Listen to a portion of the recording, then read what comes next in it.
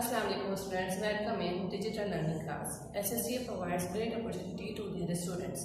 I am Ms. Marina Fiz, your science teacher. Let's move towards the lecture. So student, today we will start our new lecture number 4. But before starting the lecture, some important instructions for homework. Means आपको अपने journal में homework कैसे करना है. Now focus on the slide. Make the title page of chapter. सबसे पहले chapter का title page बनाना है. Next complete lectures homework. फिर आपको जितने भी लेक्चर्स अब तक अपलोड हुए हैं उसमें जो भी होमवर्क दिया गया उस होमवर्क को अपने जर्नल में करना है. आफ्टर चैप्टर कंप्लीशन, जब आप देखें कि चैप्टर कंप्लीट हो गया है, copy down all work from PDF available on SSCA drive. फिर आपको PDF से जो ड्राइव पर मौजूद है SSCA की, वहाँ से कॉपी डाउन करना है. Follow the sequence as given in the PDF. Sequence का ख्याल रखना है. और वो सीक्वेंस क्या है? सबसे पहले vocabulary words, then short question answer, then long question answer. When instructed do all exercises in book. और सारी बुक की एक्सरसाइजेज बुक के अंदर ही करनी है. And students, always remember that use black pen for questions and blue pen for answers, and draw diagram with pencils. Don't use color and pointer for drawing. Ji students, after instructions for homework, next important task about homework cross checking. मतलब अब आपको परेशान नहीं होना. यहाँ पर आपको एक पूरी इन्फॉर्मेशन प्रोवाइड की जा रही है कि अब तक जो जो लेक्चर आपके साइंस के अपलोड हुए हैं उसके अंदर क्या क्या होमवर्क मेंशन था. So focus on the slide. 22 June first lecture about chapter number 1 learning to be a scientist. और होमवर्क क्या दिया गया था इसमें आपको? Draw any 5 laboratory apparatus and write their names and uses. 24 June को learning to be a scientist का second lecture आपको अपलोड हुआ था. और इसमें क्या होमवर्क दिया था आपको? Do all books exercises and copy down all work from uploaded PDF available on SSCA drive in journal. फिर थर्ड लेक्चर आपका 2 जुलाई को अपलोड हुआ था और वो चैप्टर स्टार्ट हुआ था आपका इंट्रोडक्शन टू साइंस का. इसमें आपको जो होमवर्क दिया गया था वो क्या था? Investigate and right about relationship between biology and physics with example and copy down all work from PDF. I hope you easily understood about the instructions of homework as well as homework cross checking. Now let's move on. So students, what we will learn today? Today I will start your next chapter of the book, and chapter name is living organisms. In this chapter we will study about the living organisms, cell and cell structure, cell organelles, types of organisms, as well as discuss animal cell and plant cell. So students, first topic is living organisms. Here I will explain the definition of living organisms. Living things are the things that have the ability to reproduce or give birth, grow and change on their own and respond to change in their environment. जी students, क्या मुराद है इससे? वो तमाम जानदार जिनके अंदर ये एबिलिटी हो कि वो अपने ही जैसे दूसरे जानदार को प्रोड्यूस कर सकें, ग्रो हो सकें, और इसके साथ साथ एनवायरनमेंट में होने वाली जितनी भी चेंजेस हैं, जो भी स्टिमुलस प्रोड्यूस हो रहा है एनवायरनमेंट में, उस स्टिमुलस का रिस्पॉन्स दे सकें. इसके साथ साथ लिविंग ऑर्गेनिजम्स को ग्रो करने के लिए नीड होती है किस किस चीज़ों की? वाटर की, एयर की एंड फूड की, ताकि वो अच्छे से सरवाइव कर सकें. Students, you know that all the living creatures are made up of cell. So what is cell? A cell is the smallest unit capable of performing all life functions. Students, after knowing about the definition of living organisms as well as cell, next topic is types of organisms. जी कि कितने किस्म के organisms मौजूद हैं. There are two different varieties of organisms, unicellular organisms and multicellular organisms. Here you can see the picture also. So students, first here I will explain unicellular organisms. Living things that are made up of just one cell are called unicellular organism. वो तमाम जानदार जो सिर्फ एक ही cell से मिलकर बने हों उन्हें हम यूनिसेलुलर ऑर्गेनिजम्स कहते हैं, क्योंकि यूनी मीन्स वन। अब वो कौन कौन से ऑर्गेनिजम्स हैं? Amoeba, Euglena, paramecium. Here you can see the picture also. After unicellular, next is multicellular organisms. Living things that are made up of more than one cell. ऐसे तमाम जानदार जो एक से ज़्यादा सेल से मिलकर वजूद में आए हों उन्हें हम मल्टी सेलुलर ऑर्गेनिज्म कहते हैं। अब इनमें कौन कौन सी एग्जाम्पल्स इंक्लूड हैं? Plants, animals, human beings. Students, after knowing about the multicellular organisms, the next topic is cell structure. As you know that all the living organisms are made up of cells, and cells are of two types, animal cells and plant cells. But be remember students, all cells have same basic structure. All cells have a round or oval nucleus surrounded by a jelly-like substance called cytoplasm. Here you can see the clear image of cell structure in which nucleus, cytoplasm, cell membrane clearly mentioned. बच्चों याद रखिएगा जितने भी sales हैं उनके अंदर या तो राउंड शेप या ओवल शेप न्यूक्लियस मौजूद होता है और वो न्यूक्लियस एक जेली लाइक सब्सटेंस के दरमियान होता है। वो जो जेली लाइक सब्सटेंस है उसको हम साइटोप्लाज्म कहते हैं। Both of which are enclose within a very thin skin known as cell membrane. और साइटोप्लाज्म और न्यूक्लियस दोनों ही एक मेम्ब्रेन के गिर्द होते हैं और वो मेम्ब्रेन क्या कहलाती है? जी हाँ, that membrane is called cell membrane. Next important part of any cell is nucleus. Nucleus क्या है? चलिए इसका स्ट्रक्चर डिस्कस करते हैं। Nucleus is enclosed by a double membrane. Nucleus के सराउंडिंग में यानी न्यूक्लियस के इर्द गिर्द एक डबल मेम्ब्रेन मौजूद होती है जिसको हम न्यूक्लियर मेम्ब्रेन कहते हैं। You can C easily in the picture. आप न्यूक्लियर मेम्ब्रेन भी कह सकते हैं या इसको न्यूक्लियर एनवेलप भी कह सकते हैं। अब इस न्यूक्लियस का काम क्या होता है सेल के अंदर? It control activities of the cell as well as stores hereditary information DNA. इस न्यूक्लियस के अंदर फाइन थ्रेड लाइक स्ट्रक्चर आपको नज़र आ रहा है जिसको हम क्रोमोसोम्स कहते हैं। और ये जो क्रोमोसोम्स हैं ये होल्ड करते हैं इनके अंदर जितना भी जेनेटिक मटेरियल, मतलब जो भी फीचर्स कैरेक्टरिस्टिक्स हमारे पेरेंट्स के होते हैं वो हम में ट्रांसफ़र होते हैं इसी डीएनए की वजह से। Students, next important part of any cell is cytoplasm. The cytoplasm is gel-like substance enclosed within the cell membrane. जैसा कि मैंने अभी थोड़ी देर पहले आपसे जिक्र किया था कि न्यूक्लियस एक जेली लाइक मटेरियल के सराउंडिंग में मौजूद होता है। अब वो जो जेली लाइक सब्सटेंस है उसको हम क्या नाम देते हैं? साइटोप्लाज्म। ये साइटोप्लाज्म के इर्द गिर्द एक मेम्ब्रेन थी जो अभी थोड़ी देर पहले मैंने आपको बताई भी है। जी हाँ, जिसको हम सेल मेम्ब्रेन कहते हैं। अब साइटोप्लाज्म के अंदर क्या क्या मौजूद है? The cytoplasm contains a large number of important substances.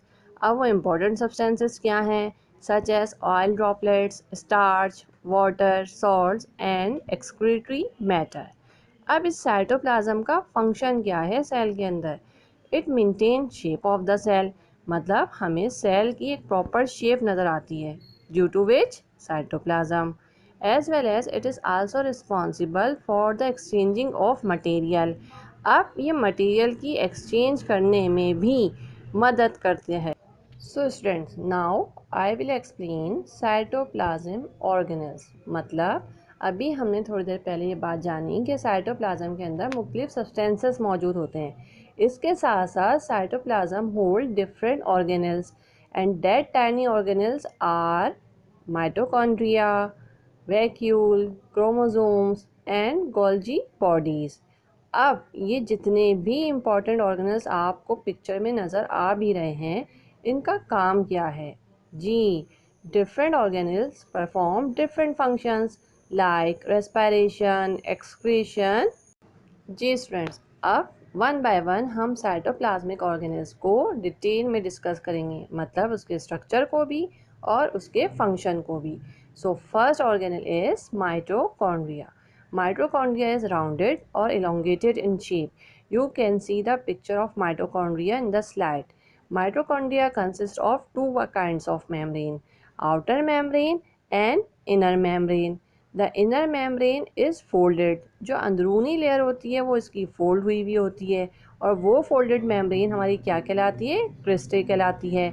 इस मेम्ब्रेन के दरमियान में फ्लूइड मौजूद होता है जिसको हम क्या कहते हैं? मैट्रिक्स कहते हैं। ये माइटोकॉन्ड्रिया का फंक्शन क्या है सेल के अंदर? जी, it helps in the process of respiration. इसको हम ये भी कह सकते हैं कि mitochondria also called power house of the cell because it helps in the production of energy. Next important organelle is Golgi bodies. Golgi bodies are made up of several stacks of flattened sacs. Here you can see the picture. जी, Golgi bodies काफ़ी सारी flattened sacs पर मुश्तमिल होती है जो तह बा तह होती हैं. It release या it makes special secretions. अब इन गोल्जी बॉडीज से जो सिक्रेशन रिलीज़ हो रही हैं तो उसका फंक्शन क्या है, मतलब वो सिक्रेशन कहाँ यूटिलाइज हो रही हैं? That secretion is responsible for modifying and packaging of protein. Means हम डाइट में जितने भी प्रोटीन मॉलिक्यूल्स ले रहे थे ये गोल्जी बॉडीज़ उन प्रोटीन मॉलिक्यूल्स को मॉडिफाई करती हैं, चेंज करती हैं और चेंज करने के बाद उन प्रोटीन मॉलिक्यूल्स को ट्रांसफ़र करती हैं कहाँ पर? Different parts of the cells में। इसके साथ साथ ये गोल्जी बॉडीज़ लिपिड्स मॉलिक्यूल्स को भी ट्रांसफ़र करती हैं। So student, here you can see a image of vacuole. What is vacuole? Vacuole is the storage structure in a cell. जी, सेल के अंदर फूड को स्टोर करने के लिए जो ऑर्गेनल है उसको हम कहते हैं वैक्यूल। इस वैक्यूल का काम जो भी फूड प्रिपेयर हुआ था उसको थोड़ी देर के लिए होल्ड करना as well as also hold waste for removals. Be remember students, in plant cell vacuole are large in size while in animal cell vacuole are small in size.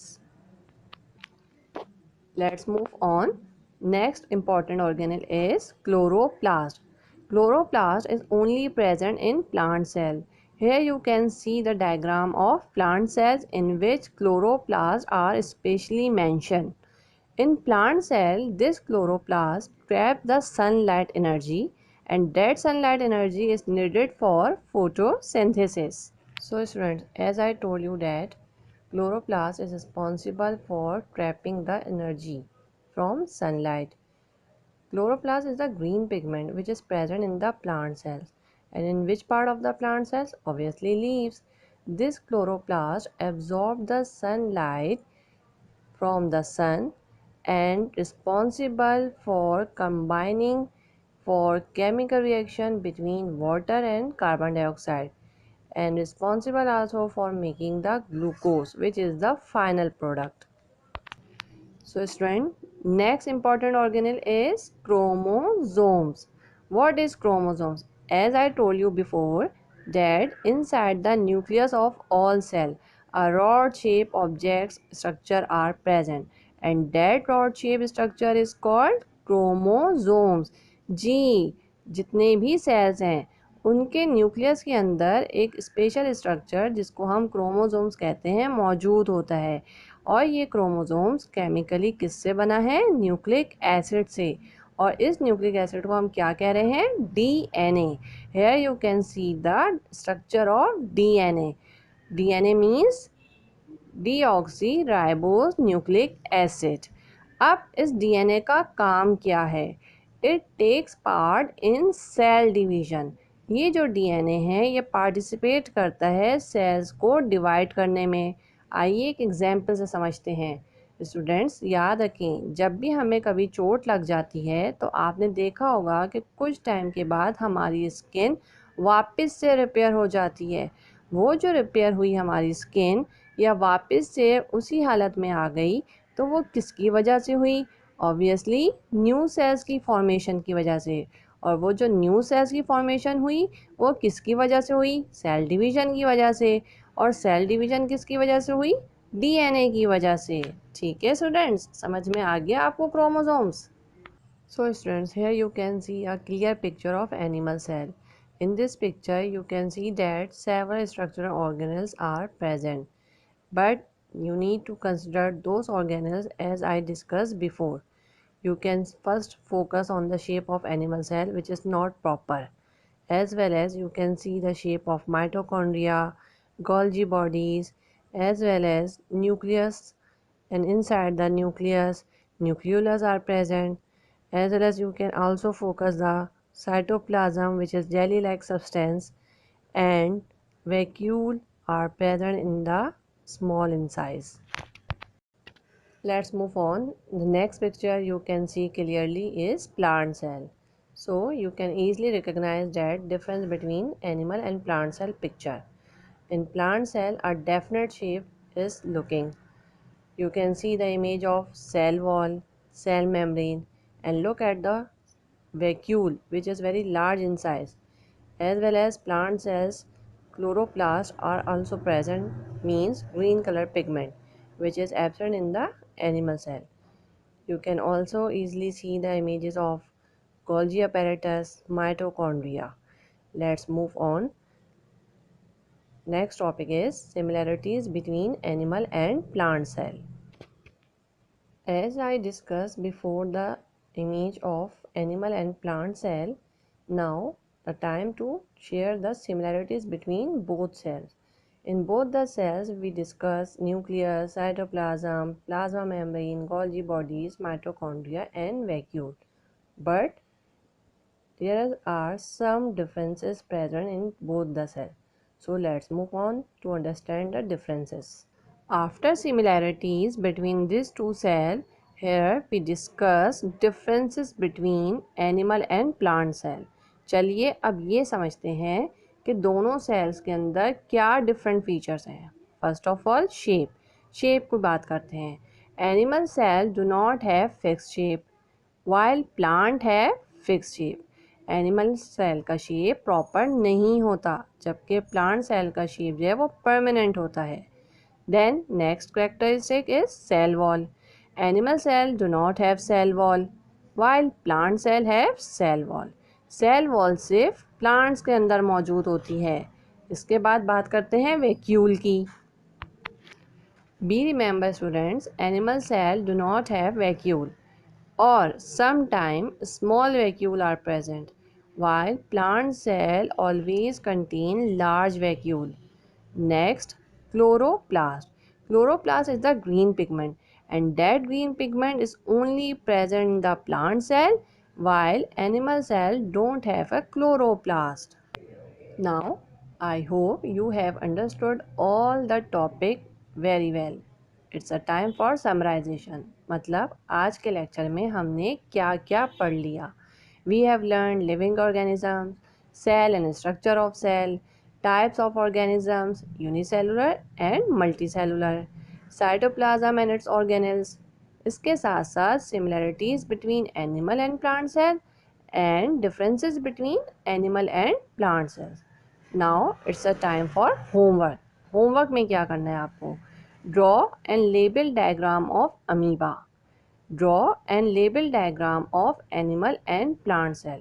Ji students, diagram draw करने से पहले आप अपने journal में इसका title page बनाइएगा. Title page बनाने के बाद ही आप इसका सारा काम स्टार्ट कीजिएगा. ठीक है स्टूडेंट्स, उम्मीद है आपको समझ आ गया होगा. इट्स अ टाइम फॉर अल्लाह हाफिज़. Thank you. Subscribe SSCA YouTube channel and get notification for our uploaded lecture and press like button.